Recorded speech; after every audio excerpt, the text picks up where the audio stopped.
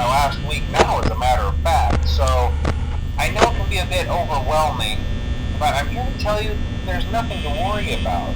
You'll do fine. So let's just focus on getting you through your first week, okay? Let's see. First, there's an introductory greeting from the company that I'm supposed to read. It's kind of a legal thing, you know. Welcome to Freddy Fazbear's Pizza, a magical place for kids and grown-ups alike, where fantasy and fun come to life. Fazbear Entertainment is not responsible for damage to property or person. Upon discovering that damage or death has occurred, a missing person report will be filed within 90 days or as soon as property and premises have been thoroughly cleaned and bleached and the carpets have been replaced. Blah, blah, blah. Now, that might sound bad, I know, but there's really nothing to worry about. The animatronic characters here do get a bit quirky at night, but do I blame them? No. If I were forced to sing those same stupid songs for 20 years and I never got a bath, I'd probably be a bit irritable at night too. So remember, these characters hold a special place in the hearts of children and we need to show them a little respect, right? Okay. So just be aware, the characters do tend to wander a bit. They're left in some kind of free roaming mode at night. Something about their servos locking up if they get turned off for too long. They used to be allowed to walk around during the day too, but then there was the bite of 87. Yeah, it's amazing that the human body can live without the frontal lobe, you know? Now, concerning your safety, the only real risk to you as a night watchman here, if any, is the fact that these characters, if they happen to see you after hours, probably won't recognize you as a person. They'll most likely see you as a metal endoskeleton without its costume on.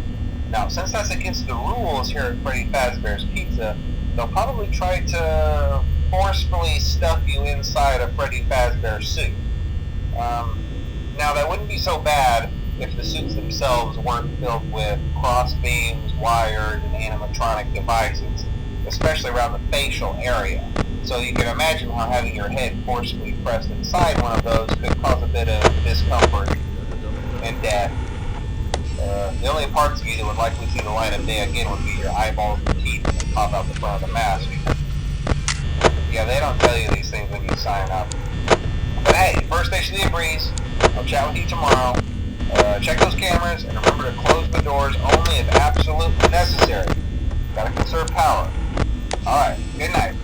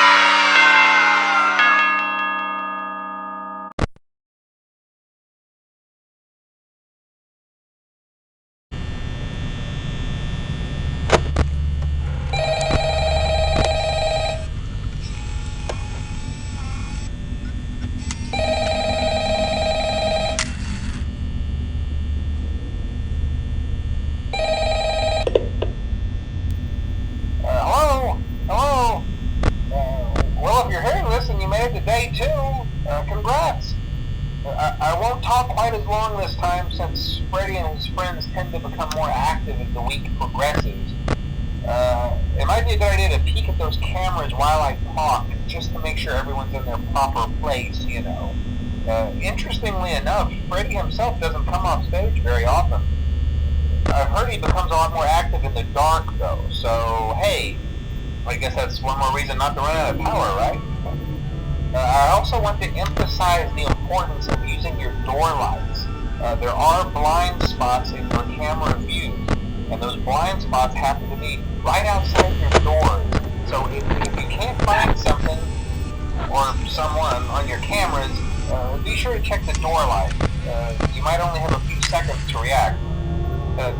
Not that you would be in any danger, of course. I'm not implying that. Also, check on the curtain in Pirate Cove from time to time. The character in there seems unique in that he becomes more active if the cameras remain off for long periods of time. I guess he doesn't like being watched. I don't know. Anyway, I'm sure you have everything under control. Talk to you soon.